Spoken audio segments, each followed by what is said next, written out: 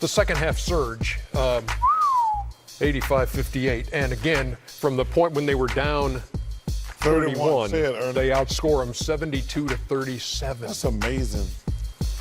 In their gym, in a playoff game. And you know what, Chuckster and guys, as I'm watching this, and I'm seeing them starting to make a comeback. But you can see it coming, though, Ernie. But you know, they get down 10, and then they couldn't get it inside 10, and then they did, and then I'm thinking, well, Doc's going to be, you know, proud of the effort and the fact they didn't give up, and all of a sudden he finds himself in a 1-1 series going back to L.A.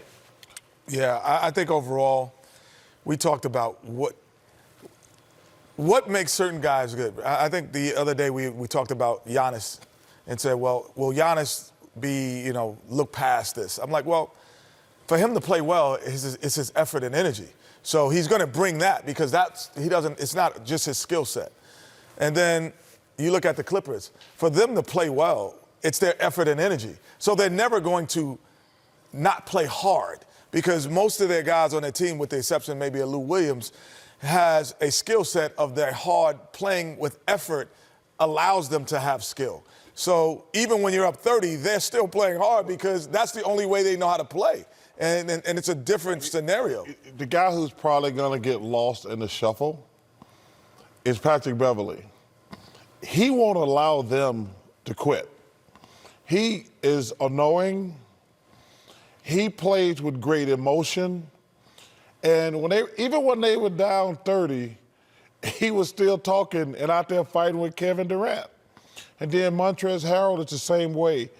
But listen, when you need baskets, man, Lou Williams, that man can score any place, anytime because he got him going offensively.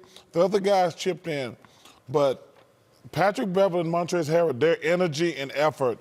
But, man, Lou Williams and Shamet, how you pronounce his name, hitting that three. But Lou Williams was scoring every single time they needed a basket. And Lou even said it, down by 30, you just go out and play loose because everybody knows Golden State, everybody thinks Golden State's going to win this series. Those guys are just playing loose. And just to add on to what Chuck is saying,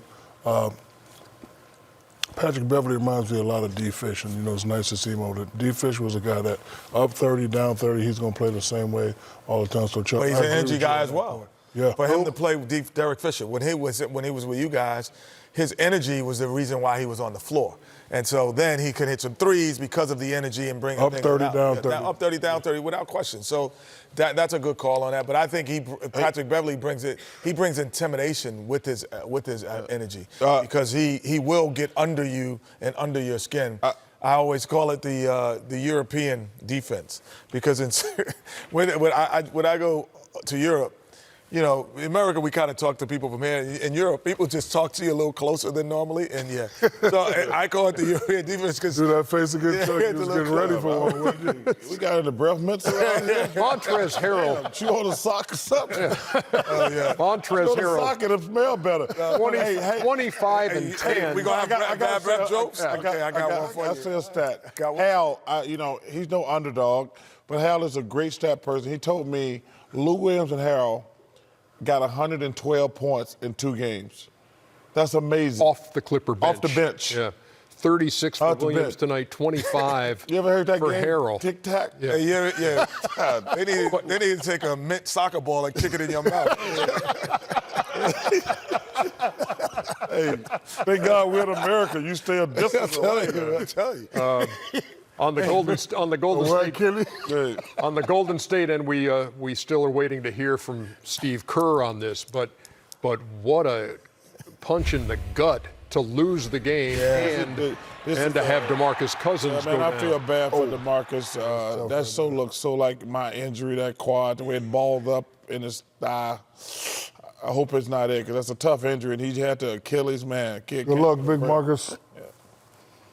But they lose Cousins. He's going to have an MRI tomorrow. We'll see what the results of that are. But again, when you heard Steve Kerr talking about